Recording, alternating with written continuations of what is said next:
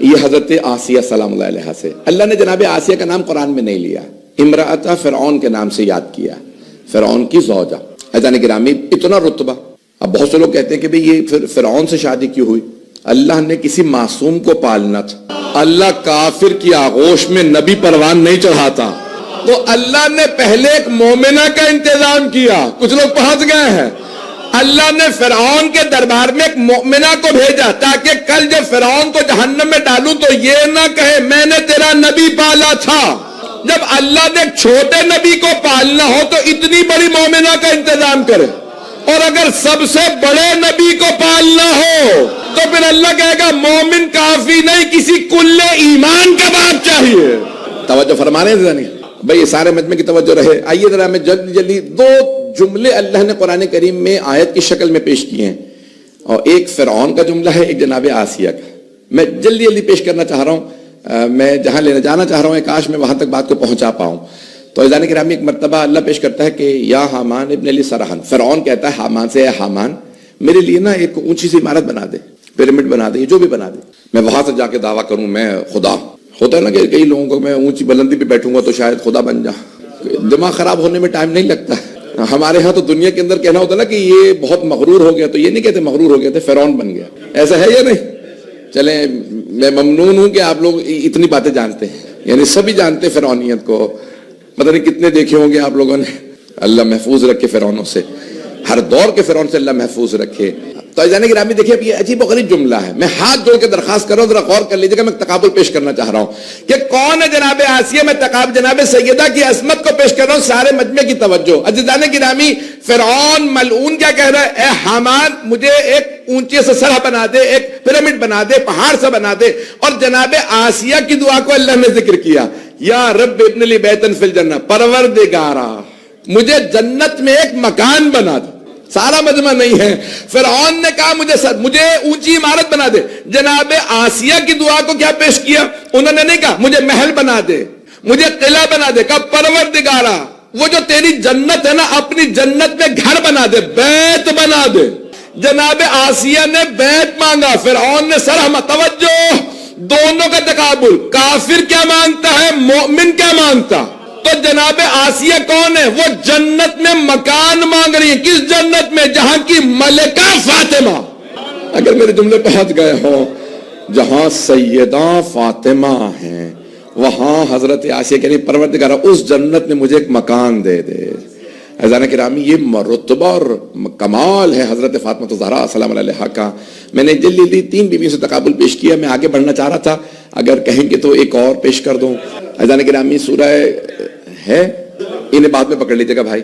تو یہ کہہ رہے ہیں کہ ہمارے، یہ بھی لاہور سے ہی ہمارے قریبی دوست ہیں، کہ بڑی عزیزان گرامی دیکھیں، ملکۃ العرب جناب خدیجہ، اور کیا کیا انہوں نے سب کچھ لٹا دیا اسلام کی خاطر، اپنی ساری جائیداد اسلام پہ قربان۔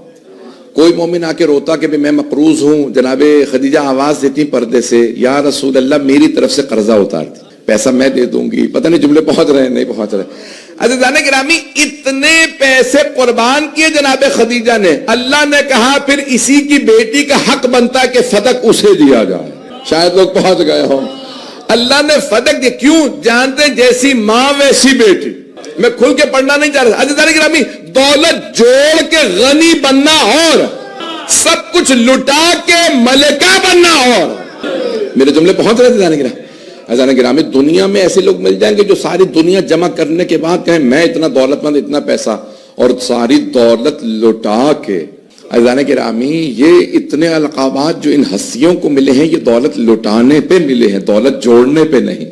یہ جناب خدیجہ نے ساری دولت قربان کر، اللہ جانتا ہے جیسی ماں ویسی بیٹی، یہ کائنات کی ملکہ ہیں، انہیں اگر فدق دوں گا تو یہ جمع نہیں کریں گی، جو کچھ آمدن آتی فدق سے بی بی سب میں تقسیم کر دیتی۔ عزیزان گرامی، ایک جملہ کہنے لگا ہوں، میں عام طور سے اس کو پڑھتا نہیں ہوں لیکن آج پیش کر رہا ہوں، اگر اتنے علماء کرام یہاں نہ ہوتے تو میں نہ پڑھتا، کہ جناب سیدہ کی جب شادی ہوئی تو جناب رسالت مآب نے کہا کہ بیٹی آپ کی والدہ نے آپ کی شادی کے لیے جوڑا دیا تھا۔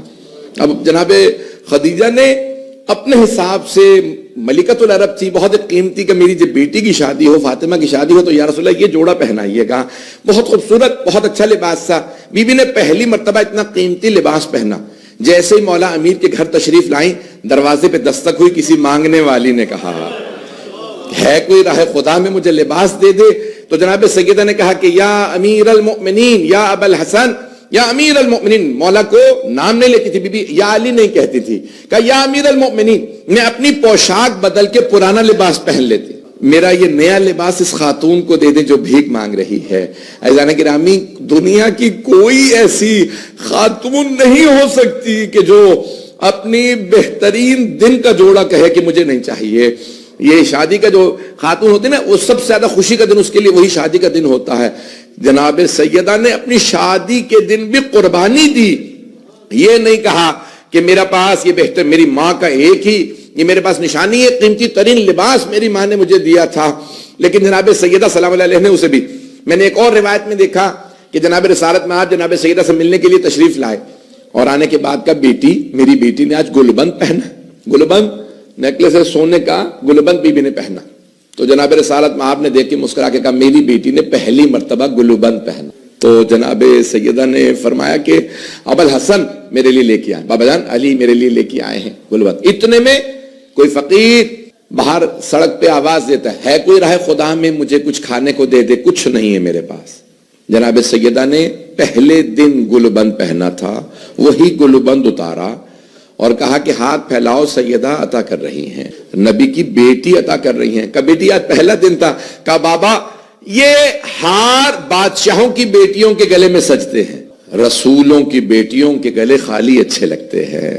کتنا خوبصورت انداز ہے, جب خیرات کرے تو یہ نہیں کہہ رہی میں نے خیرات کی ہے, کہ رسول کی بیٹی کا یہی کام ہے. یعنی سارا کریڈٹ رسول خدا کو دیا. یہ عظمت ہے, میں کیسے پیش کروں اس عظمت. عزیزان گرامی, عظمت جناب سیدہ کی قربانیوں کی. میں ایک جملے کو پیش کر رہا ہوں کہ یہ جناب کائنات کی ملک انا اعطینا. آئیے جلدی سے تفسیر, چند مختصر سے جملے. انا, آپ نے سنی ہوگی تفسیر, بہت کئی مرتبہ سنی, میں نے بھی پڑھی آپ کے سامنے, لیکن ایک بالکل نئے زاویے سے نئے الفاظ سے پیش کر رہا ہوں, ذرا غور سے سن لیجئے گا. ہم نے آپ کو عطا کیا, انا اعطیناک الکوثر, ہم نے آپ کو کوثر عطا کیا. علماء مفسرین کی میں دیکھ رہا تھا تفاسیر, تو وہ کہتے ہیں پورے قرآن کریم میں لفظ کوثر کہیں نہیں آیا سوائے سورہ کوثر. سورہ کوثر کے علاوہ لفظ کوثر نہیں آیا. صرف پورے قرآن میں ایک مرتبہ لفظ کوثر آیا, اور وہ سورہ کوثر میں. توجہ, انا اعطیناک, اللہ نے اتنا کچھ اپنے حبیب کو عطا کیا. قرآن عطا کیا نہیں, کہا ہم نے آپ کو قرآن عطا کیا. نہیں, یہ سارا مجمع, اے حبیب ہم نے آپ کو بہترین بھائی علی عطا کیا. اے میرے حبیب ہم نے آپ کو حسنین جیسے نواسے عطا کیے. کہیں اللہ نے نہیں جتلایا, کہیں نہیں کہا میں نے یہ دیا. اے حبیب ہم نے آپ کو کعبہ جیسا قبلہ دیا, نہیں کہا. پتہ نہیں لوگ ہیں یا نہیں ہیں. اے میرے حبیب میں نے جب دن بھی بانٹے, مثال کے طور پہ جناب موسیٰ علیہ السلام کو ہفتے کا دن دیا, جناب عیسیٰ علیہ السلام کو اتوار کا دن دیا, جناب داؤد کو منگل کا. سارے انبیاء کہتے رہے پروردگارہ سب سے جو اچھا دن ہے وہ جمعے کا دن. کا نہیں, جمعے کا دن میرے حبیب سے مخصوص, جو ہر بہترین چیز تھی وہ میرے حبیب کے لیے. لیکن کسی مقام پہ نہیں کہا ہم نے بہترین چیزیں آپ کو عطا کی. لیکن جب جناب سیدہ کو رسول خدا کے گھر میں بھیجا تو فرمایا انا اعطیناک, ہم نے آپ کو کوثر عطا کیا. پورے قرآن میں یہ ترکیب کہیں نہیں آئی, انا اعطیناک. بھائی سارے مجمع کی توجہ دیکھیں, اللہ کہہ رہا ہے انی جاعل فی الارض خلیفہ, میں روئے زمین پہ خلیفہ بنا کے بھیج رہا ہوں. انی جاعلک للناس اماما, اے ابراہیم میں آپ کو لوگوں کے لیے امام بنا رہا ہوں. لیکن اللہ اس خوبصورت انداز سے فرما رہا ہے کہ جب اللہ کہتے ہیں نا انا, ہم, توجہ دیکھیں دنیا میں رسول خدا اور مولا علی سے افضل کوئی نہیں, ان سے افضل کوئی نہیں, اور انہوں نے تکبر نہیں کیا. مطلب نہیں ہے, ان سے افضل کوئی نہیں اور انہوں نے تکبر. عزیزان گرامی, تو ہم کس کھیت کی مولی ہیں. تکبر کسی کو زیب نہیں دیتا, کبریائی صرف اللہ ہی کو زیب دیتی. تکبر صرف اللہ کو زیب دیتا. کیوں؟ کیونکہ اللہ سے بڑا کوئی نہیں. اللہ کے ناموں میں سے ایک نام ہے المتکبر. علماء موجود ہے, سب کے سامنے کہہ رہا ہوں, اللہ کا ایک نام ہے المتکبر. اللہ کا نام ہے المتکبر. اسے تکبر زیب دیتا کیونکہ اس سے بڑا کوئی نہیں. ایک جب وہ قرآن نازل کرتا کہتے انا انزلناہ فی لیلۃ القدر, ہم نے قرآن کو نازل کیا. یہ نہیں کہہ رہا ہم نے آپ کو عطا کیا، رسول خدا کو نہیں کہہ رہا ہم نے نازل کیا۔ توجہ، یہاں پہ کہہ رہا انا اعطیناک الکوثر، اے میرے حبیب ہم نے آپ کو کوثر عطا کیا۔ خود خالق کو ناز ہے، اس نے فاطمہ کو اتارا۔ انا اعطیناک الکوثر، ہم نے آپ کو کوثر عطا کیا ہے۔ بعض افراد نے بحث کی ہے کہ یہاں کوثر سے مراد حوض کوثر ہے۔ بعض علماء نے اس کا جواب یہ دیا ہے کہ جب اللہ آخرت سے متعلق قرآن میں آیات کو نازل کرتا ہے وَلَسَوْفَ يُعْتِيكَ رَبُّكَ فَتَرْضَىٰ، مضارع کا صیغہ آتا ہے، فیوچر ٹینس آتا ہے، مستقبل کا صیغہ ہے، تو اللہ کہتا ہے آپ کا رب آپ کو اتنا عطا کرے گا کہ آپ راضی ہو جائیں۔ وَلَسَوْفَ يُعْتِيكَ رَبُّكَ فَتَرْضَىٰ، آپ راضی ہو جائیں۔ پتہ نہیں مجمع ہے یا نہیں؟ یہی فرق ہے رسول خدا میں اور صحابہ میں۔ صحابہ عمل کرتے ہیں کہ اللہ راضی ہو جائے، اور رسول خدا وہ ہے جنہیں اللہ کہہ رہے اتنا عطا کروں گا جب تک آپ راضی نہ ہو جائے۔ چھٹے امام سے پوچھا اللہ کیا عطا کرے گا کہ پیغمبر راضی ہو جائیں؟ کہ حق شفاعت۔ اللہ کہے گا اے میرے حبیب جب تک آپ راضی نہ ہو شفاعت کرتے رہیے، جسے چاہیے آپ شفاعت کر دیجئے، جب تک آپ راضی نہیں ہوں گے میں نہیں روکوں گا۔ اذان گرامی یہ حق شفاعت ہے رسول اکرم صلی اللہ علیہ وسلم کا، کتنی عظمت ہے کہ اذان میرے جملے پہنچ رہے ہیں یا نہیں پہنچ رہے؟ وَلَسَوْفَ يُعْتِيكَ رَبُّكَ فَتَرْضَىٰ، اللہ کہتا ہے مضارع کے صیغے، لیکن یہاں آیا ماضی کا صیغہ، اِنَّا أَعْطَيْنَاكَ، ہم آپ کو عطا کر رہے ہیں، یعنی دنیا میں تلاش کرو، ماضی کا صیغہ دنیا میں عطا کر دیا۔ یہ جواب دیا ہمارے مفسرین اِنَّا أَعْطَيْنَاكَ، تو دنیا میں کوثر ہے۔ فخر الدین رازی سب سے بڑے مفسر مانے جاتے ہیں بھائیوں کے، امام فخر الدین رازی، نام سن رکھا؟ چلے آج سن لیا اگر نہیں سنا ہوگا تو۔ انہوں نے اپنی تفسیر کبیر میں لکھا ہے کوثر کے معنی ہے خیر کثیر۔ خیر دو لفظ ہیں عربی کے، اردو میں بھی استعمال کرتے ہیں، خیر و شر، اچھائی اور برائی، گڈ اینڈ ایول۔ میں نے تینوں چاروں زبانوں میں ترجمہ کر دیا، اگر پھر بھی کوئی نہ پہنچا تو پھر اس سے زیادہ میں نہیں وضاحت کر سکتا۔ خیر و شر، خیر کثیر کو کہتے ہیں کوثر۔ کچھ لوگ پہنچ گئے ہیں۔ قرآن کریم نے دو کثرتیں پیش کی، ایک تکاثر میں ایک کوثر میں۔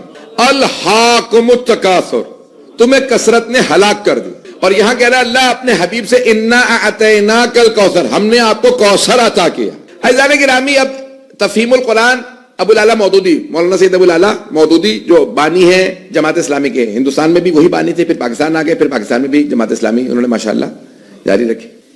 حیدرآباد دکن سے تعلق تھا، اوریجنلی نارتھ انڈیا سے تھے، پھر بعد میں ساؤتھ انڈیا چلے گئے ان کے اجداد، اور وہ وہیں پہ پیدا ہوئے حیدرآباد دکن یعنی انڈیا میں، اور اس کے بعد پاکستان آ گئے تھے۔ ان کی تفسیر تفہیم القرآن، تو آخری جلد 8ویں جلد میں لکھتے ہیں کہ 3 چیزیں ہلاکت کا سبب بنتی۔ کثرت مال، دولت زیادہ ہو تو ہلاکت کا سبب بن جاتی ہے، ہمیشہ نہیں۔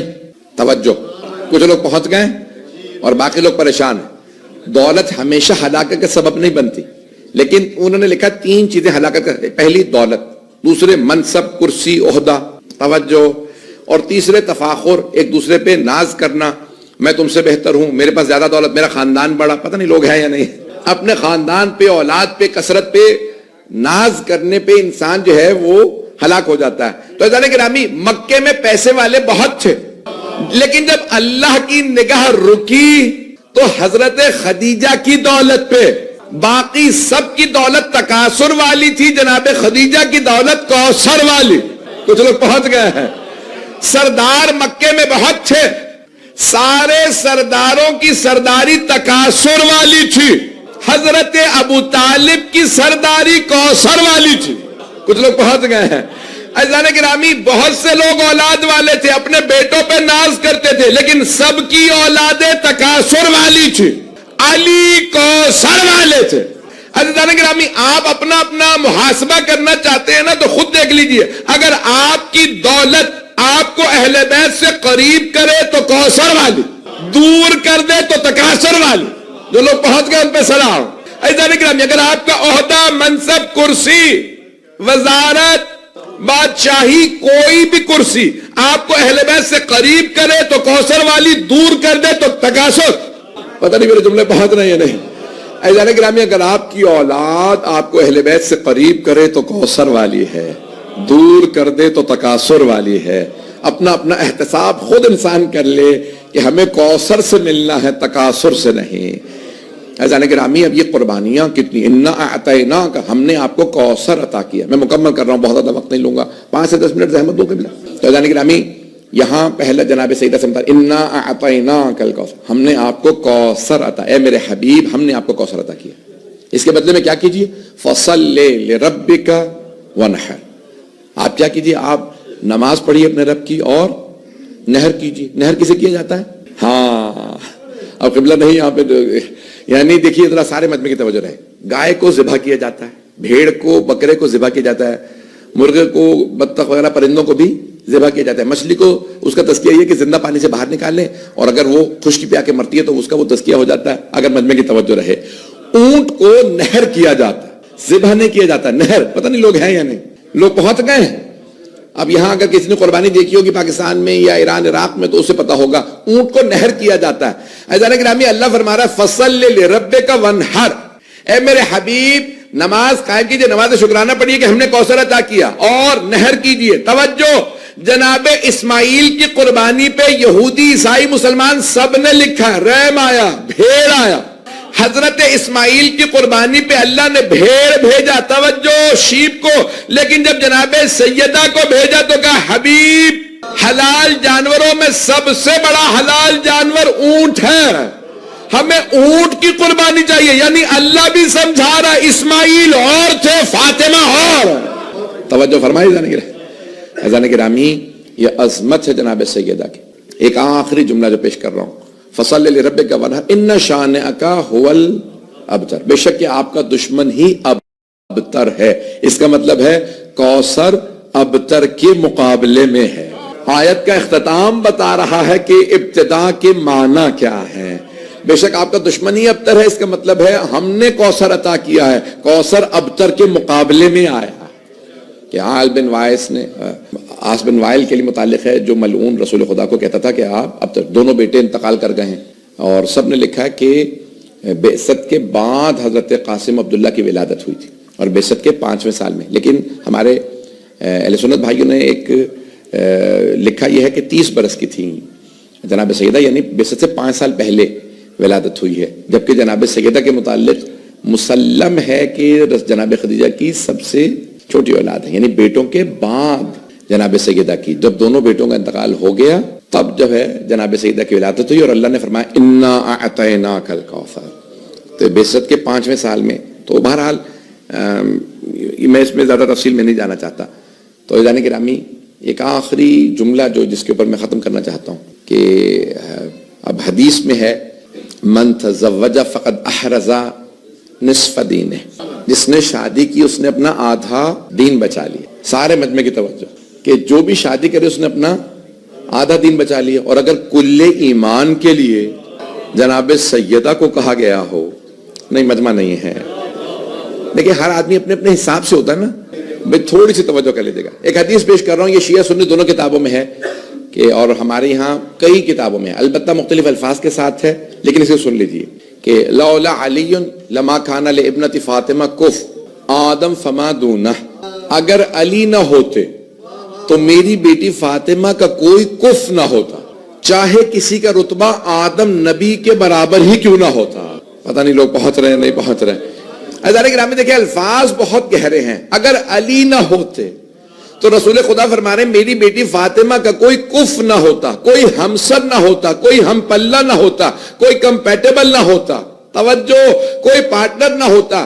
اسلام میں کف ہونا شرط ہے، ایک ہی شرط بتائیے کف ہونا۔ اب اس پہ علماء نے بحث کی ہے کہ صرف ایمان کف ہے، سارے شیعہ سنی علماء موجود ہیں، میں اس کو تفصیل میں نہ جاتا، آغا مظاہری نے بحث کی ہے صرف، جو میں نے شیعہ علماء میں دیکھا ہے، بعض علماء نے بھی کی ہے، البتہ بھی ذہن میں آ رہا ہے کہ، لیکن باقی اکثریت نے لکھا ہے کہ کف ایمان ہے، صرف اور صرف ایک چیز کف ہے، اور وہ ہے ایمان، کہ جو لڑکی کا جتنا ایمان ہے لڑکا ویسا ہی با ایمان۔ دیکھو کچھ لوگ پہنچ گئے ہیں، یعنی لڑکے اور لڑکی کا ایمان میں برابری دیکھو، توجہ۔ بعض علماء نے اور بھی بحثیں کی، نہیں تعلیم بھی دیکھو، شکل و صورت بھی دیکھو، خاندانی بیک گراؤنڈ، یہ صرف آغا حسین مظاہرے نے کی ہیں، باقی سب نے لکھا بس ایک کمپیٹیبلٹی میں کف ہونے میں بس ایک شرط ہے، وہ ہے ایمان۔ اور اگر پیغمبر فرمائے علی نہ ہوتے تو کوئی فاطمہ کا کف نہ ہوتا، اگر کل ایمان کا کف سیدہ ہے تو سوچئے سیدہ کا رتبہ کیا۔ بھائی توجہ، ابھی بھی سارا مجمع نہیں ہے۔ عزیزان گرامی یہ کب فرمایا آپ نے؟ جب سارے صحابہ نے شکوہ کیا یا رسول اللہ ہم سب نے رشتے مانگے، آپ نے سب کو رد کر دیا۔ علی نے کیا دیکھا تھا اسے قبول کر لیا، اس نے اتنی دولت کا کہا، اتنے 80 اونٹ مہر میں کہے، 5000 اشرفیاں کہیں، لیکن آپ نے ہم سب کو رد کیا۔ خدا کی قسم عیون اخبار الرضا میں 8ویں امام سے روایت ہے کہ پیغمبر اسلام نے فرمایا واللہ ما انا بمنعت، خدا کی قسم میں نے تمہیں منع نہیں کیا، تمہارے رشتوں کو میں نے رد نہیں کیا، اللہ نے رد کیا۔ آپ نے فرمایا واللہ خدا کی قسم میں نے تمہارے رشتوں کو منع نہیں کیا ہے، اللہ نے منع کیا، میں تمہیں منع کرتا رہا۔ کہا خدا کی قسم میں نے علی کا رشتہ قبول نہیں کیا، اللہ نے قبول کیا ہے، اللہ نے علی کا انتخاب کیا فاطمہ کے لیے۔ پتہ نہیں لوگ ہیں یا نہیں، یہاں پیغمبر اپنی نفی نہیں کر رہا ہے، یعنی پیغمبر کی پسند اللہ کی پسند ہے، اللہ کی پسند پیغمبر کی پسند ہے۔ تو عزیزان گرامی آپ نے فرمایا کہ میں نے منع نہیں کیا۔ اب آئیے پھر آپ نے فرمایا کہ تم سب کے لیے ایک جملہ، بس ایک جملے میں، کہ لولا علی لما کھانا لابنت فاطمہ کف، اگر علی نہ ہوتے تو میری بیٹی فاطمہ کا کوئی کف ہی نہ ہوتا۔ عزیزان گرامی دیکھیں جب کل ایمان ہوگا نا، کوئی 1000 رکعت نماز پڑھنی نہیں، مجمع نہیں ہے اس وقت میرے سے، میں اسی پہ تمام کرنا چاہ رہا ہوں، لیکن اگر آپ لوگ مجھے تھوڑا سا ساتھ دے دیں گے، اگر مجھے احساس ہوا نا کہ میرا جملہ پہنچ گیا، میں اسی وقت تمام کر دوں، میں نے مکمل کر لیا، میں اور مزید پڑھنا نہیں چاہ رہا ہوں۔ عزیزان گرامی دیکھیے تھوڑی سی توجہ، جس کا جیسا رتبہ ایمان دیکھا جائے گا، مثال کے طور پہ بھئی یہ واجب ادا کر رہا ہے مشکل سے، کچھ لوگ پہنچ گئے، ایک کہنا یہ تہجد گزار ہے، ایمان میں فرق ہے، ایک 1000 رکعت نماز پڑھنے والا، راہ خدا میں جو مل جائے زکات دینے والا، پتہ نہیں لوگ ہیں یا نہیں۔ عزیزان گرامی اب جناب سرور کائنات جناب امیر کا انتخاب کر رہے ہیں جناب سیدہ کے لیے، اللہ نے کہا کہ اے میرے حبیب علی کا فاطمہ سے عقد کر دیجئے، پھر پیغمبر نے سوال کیا کیفا وجدت فاطمہ، یا علی آپ نے میری بیٹی فاطمہ کو کیسا پایا؟ تو مولا نے فرمایا وجدتھا خیرا عون فی طاعت اللہ، میں نے فاطمہ کو اللہ کی اطاعت اور اللہ کی بندگی میں سب سے بڑا مددگار پایا، اللہ کی اطاعت میں سب سے بڑا مددگار۔ اگر علی کہیں کہ سب سے بڑی مددگار فاطمہ ہے اللہ کی بندگی میں، نہیں ہے مجمع۔ عزیزان گرامی دیکھیں مولا آ رہے خیبر سے، سارے گھروں کے اندر سونا آ گیا، کھجوریں آ گئی، نئے کپڑے آ گئے، یہاں تک کہ ام المومنین کہتی ہیں خدا رحمت نازل کرے ابو الحسن پہ، نہ وہ خیبر فتح کرتے نہ کبھی پیٹ بھر کے خرمے کھاتے ہیں، مکے میں تھے ہی مدینے میں خرمے، وہ کہتی تھی ہم نے پیٹ بھر کے کبھی خرما، غربت تھی، حالات خراب تھے، بدا الاسلام و غریب، مولا کی حدیث ہے نا، اسلام بڑی غربت میں پروان چڑھا ہے، بہت سخت حالات، تو کہا انتہائی سخت حالات میں، کہا ابو الحسن پہ خدا رحمت نازل کرے، انہوں نے خیبر فتح کیا، ہم نے پیٹ بھر کے خرمے کھائے، سونا نہیں پتا تھا، مسلمانوں کو سونا کاٹنا نہیں آتا تھا، کلہاڑیوں سے سونے کے ڈلیاں توڑ رہے تھے، پتہ نہیں لوگ ہیں یا نہیں، ملاتا تو نہیں کیا گیا، کپڑے تقسیم ہوئے، ملتا ہے کہ امام حسن حسین مدینے کی کسی گلی میں کھڑے تھے، کسی بچے نے کہا 6 اور 5 برس کے ہیں، آپ لوگوں نے نئے کپڑے نہیں پہنے، آپ کو نہیں پتا ایک حیدر انہوں نے خیبر فتح کیا، ان کی وجہ سے ہر گھر میں نیا لباس، سونا چاندی، کپڑے، خرمے، کھانا آیا، اتنے کریم ہے اہل بیت، امام حسن مجتبی بڑے تھے، یہ نہیں کہا وہ ہمارے بابا،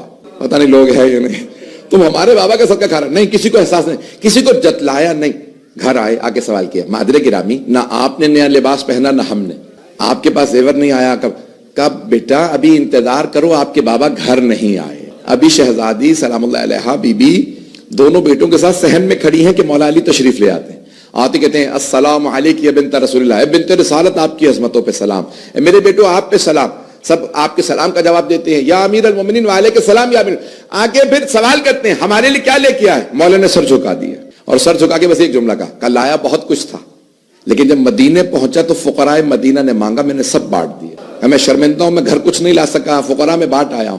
ایک مرتبہ جناب سیدہ نے کہا کہ اے ابو الحسن سر اٹھا لیجئے، مجھ سے سر جھکا کے بات نہ کیجئے کہ آپ کچھ گھر نہیں لا سکے، مجھے آپ سب کچھ گھر لے آتے تو اتنی خوشی نہ ہوتی جتنی اب ہو رہی، مجھے ناز ہے میں آپ کی زوجہ ہوں، جوڑنے والے اور آپ بانٹنے والے، آپ سب کچھ بانٹ کے گھر آئے ہیں، مجھے اس بات پہ خوشی ہے۔ امام حسن حسین نے کہا بابا ہمیں ناز ہے، ہم آپ کے بیٹے ہیں۔ عزیزان گرامی یہ سب کچھ لٹانے پہ خوش ہوتے ہیں، نہیں ہے مجمع۔ میں سخت جملہ کہنے لگا، میری بہنیں میری بیٹیاں بیٹھی ہیں، میری بزرگ ہیں، میں سب کو احترام عزت احترام، خدا کی قسم آج کسی گھر میں کوئی آئے، شوہر آئے، میں گفٹ نہیں لے کے آیا، کیا حال ہوگا اس کا؟ نہیں آئے تو پھر گھر بھی نہ ہو، جب کچھ نہیں لے کے آئے تو آپ آئے کیسے؟ عزیزان گرامی، اور اگر کائنات کی ملکہ ہو اور انہیں پتہ بھی ہو میں عام بی بی نہیں ہوں اور شوہر بھی امیر المؤمنین ہے، خدا کی قسم بی بی نے پوری زندگی ایک شکوہ نہیں کیا امیر سے، ایک مرتبہ مولا کائنات سے کبھی شکوہ نہیں کیا. یہ عظمت ہے جناب سیدہ کی. اب سمجھ میں آیا کہ مولا امیر کے اور رتبے کے مطابق اگر کوئی تھی ہستی تو جناب سیدہ ہی تھی. بس میں اسی بات پہ تمام کرنا چاہتا تھا کہ جو رتبہ پیش کرنا چاہ رہا ہوں کہ اگر علی نہ ہوتے تو جناب سیدہ کا کوئی کف نہ ہوتا. عزیزان گرامی، اتنی عبادت، اتنا زہد، یہ سب قربانیوں کے لیے صرف یہی ہستیاں ہیں، وإلا دنیا میں کوئی ان سے مقابلہ نہیں کر سکتا. پروردگارہ تجھے واسطہ خاتون جنت کا، بانیان جشن، شرکت کنندگان، پڑھنے والے سننے والے سب کی توفیقات میں اضافہ فرما. پروردگارہ بے اولادوں کو اولاد نصیب فرما. پروردگارہ مقروضوں کے قرضے ادا فرما. پریشان حالوں کی پریشانیاں دور فرما. حج و زیارات کی تمنا رکھنے والوں کو بار بار حج و زیارات نصیب فرما. پروردگارہ جو ہاتھ بلند تیری بارگاہ میں کسی کو رد نہ فرما. پروردگارہ تجھے خاص محبت ہے جناب سیدہ سے. پروردگارہ تجھے اپنی اس محبت کا واسطہ جو جناب سیدہ سے ہے، پروردگارہ ہمیں صاحب الزمان کا ظہور دیکھنا نصیب فرما. پروردگارہ دنیا سے ظلم کا خاتمہ فرما، دہشت گردی کا خاتمہ فرما، جنگوں کا خاتمہ فرما. غزہ میں، فلسطین میں، شام میں، لبنان میں، عراق میں، ایران میں، پاکستان میں، ہندوستان میں، افغانستان میں، یمن، بحرین، افریقہ کے ممالک، خاص طور سے سوڈان میں حالات بہت خراب ہے، کونگو میں. پروردگارہ سب پہ رحم فرما. پروردگارہ ہمارے گناہوں کو نہ دیکھ، اپنے کرم کو دیکھ. سیدہ کے صدقے میں سب کی دعائیں مستجاب فرما. پروردگارہ جو ہاتھ بلند ہے کسی کو رد نہ فرما. ہمارے مقامات مقدسہ کی حفاظت فرما. پروردگارہ جنت البقیع دوبارہ تعمیر ہوتا دیکھنا نصیب فرما. پروردگارہ بہت سے لوگوں نے ہمارے ذمہ دعائیں لگائی ہیں، سب کی دعائیں مستجاب فرما. مریضوں کو صحت کاملہ عاجلہ عنایت فرما. سیکنڈری ٹرسٹ کو، اس امام مرگہ کو مزید ترقی عنایت فرما. قبلہ کعبہ مولانا حجت اسلام عثمانی، مولانا جعفر علی نجم صاحب، دیگر علماء کرام، مومنین اور عہدیداران، پروردگارہ سب کی توفیقات میں اضافہ فرما. ان سب کی تمام دعاؤں کو مستجاب فرما. بشیر شاہ صاحب ہمارے کافی علیل ہیں، پروردگارہ